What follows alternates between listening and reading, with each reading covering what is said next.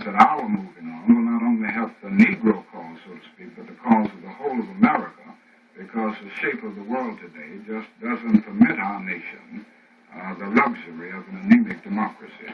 Dr. King, in that connection, an advertisement was published today in the New York Times by Freedom House, of which Mr. Wilkins, I believe, is one of the trustees.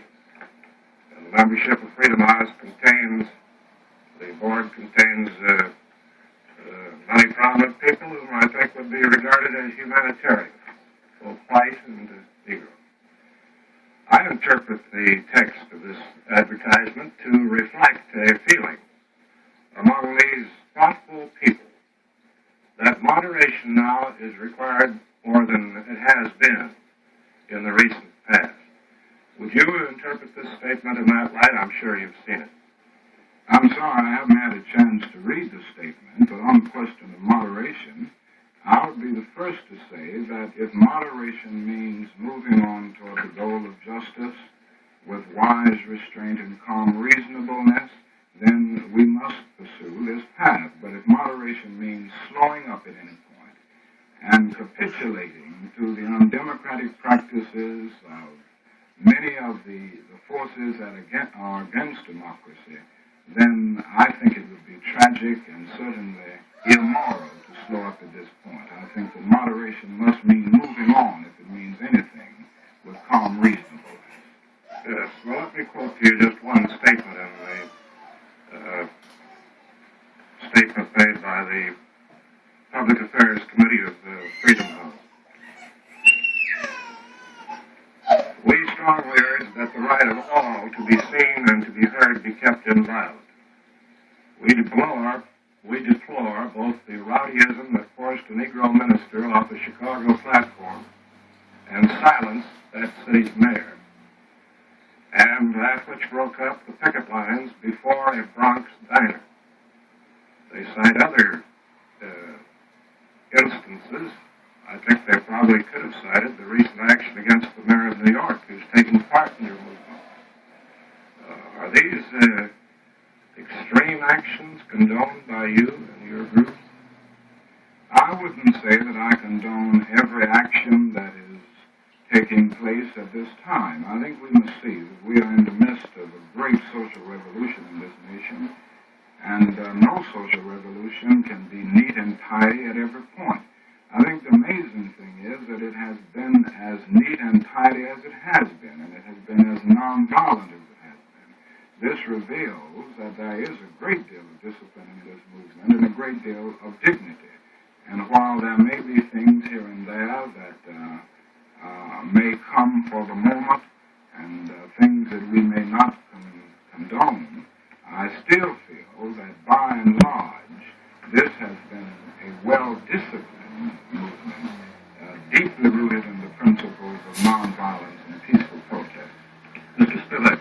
Mr. Wilkins, there are a pretty number of people who are saying that if the President's full civil rights program is not passed by this Congress, that there's going to be large-scale violence in this country. Do you think that? I don't hold, Mr. Spivak, with the predictions of large-scale violence. And I tend to suspect people who keep harping on the point.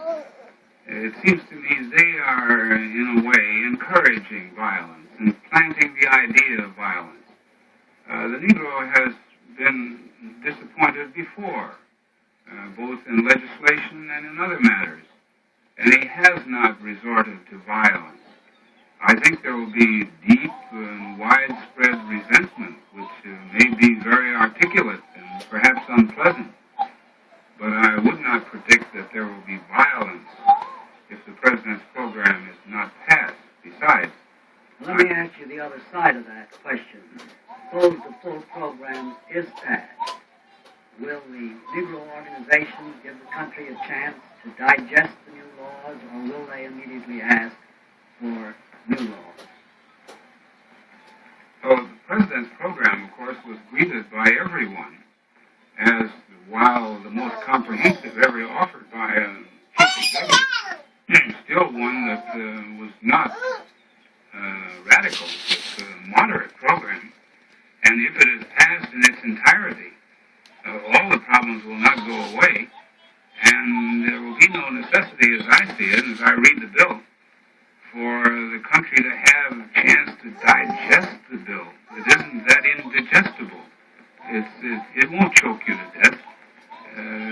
We need a lot of things in addition to what the president has proposed, and he would be the first to acknowledge that. But at your convention recently, I believe you yourself said that the president's program is inadequate to meet the minimum demands of the existing situation. Now, does that mean that you're immediately going to start asking for a great deal more? I agree with Dr. King's reply to the moderation, pushing too hard question. I think it's incumbent upon the Negro population to keep asking for more, because they have been deprived for so long and by such a variety of means and in so many areas, so that while we will be grateful for whatever bill is passed, provided it's a good bill, we won't be grateful for a sliver. We cannot let down in our pressure for still more correction of the evils as we see them. Mr. Vanderland, Mr. Wilkins' march here Wednesday is apparently to be the launching pad for a new national all-Negro party, which according to the New York Times will be called the Freedom Now Party. And the acting chairman is identified as Conrad J. Lynn, a Negro lawyer who is best known for defending the Puerto Ricans who shot and wounded several congressmen here a few years ago.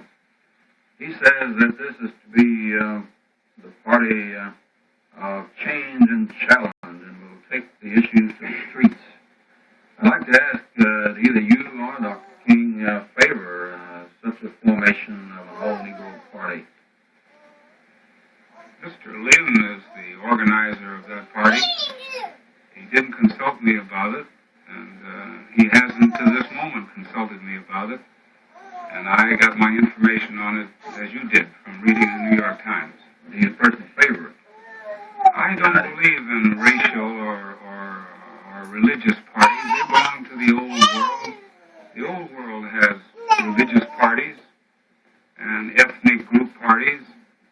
I think it would be a mistake in this country to base any kind of political party on any ethnic group. Mr. McNeil. Dr. King, you're quoted in today's New York Times Magazine as saying the Negro's demand for equality must be approximated, if not totally fulfilled. Could you say what you believe approximate equality is? Well, I think equality is the ability of the individual in any society to achieve respect and dignity and all of the other things that any individual in that society would achieve without the barriers of laws standing before him saying you cannot go here, you cannot do this, and without customary barriers. I think in order for the Negro to approximate equality here, all of the barriers of racial segregation must be removed, and all of the barriers of discrimination, whether it's in housing conditions, whether it's in employment. The Negro confronts a great deal of discrimination, whether it's in the actual legal segregation of the South in schools, of the de facto segregation in the North in schools. All of these barriers must be removed before the Negro can even begin moving up the highway of freedom in all of its dimensions. How do you reconcile approximate equality with the remark in the same article in New York Times Magazine by Dr. Clark that the Negro's goal is unqualified equality?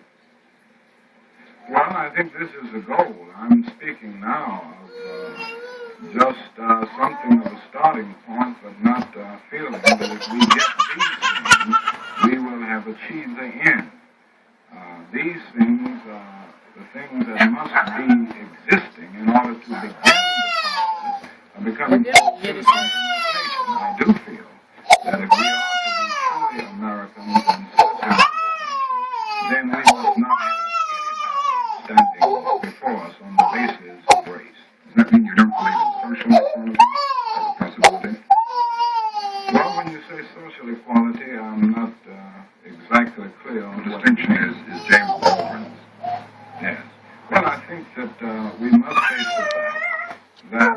in reality, you cannot have economic and political equality without having some form of social equality. I think this is inevitable, and I don't think our society will rise to its full maturity until we come to see that men are made to live together as brothers, and that we can have genuine intergroup, interpersonal living, and still be in the kind of society which we all long to achieve. I'm sorry to interrupt, but I see that our time is up. Thank you very much, Mr. Wilkins and Dr. King, for being with us. I'll tell you about next week's guest on Meet the Press after this message. I'll be back with a few final words.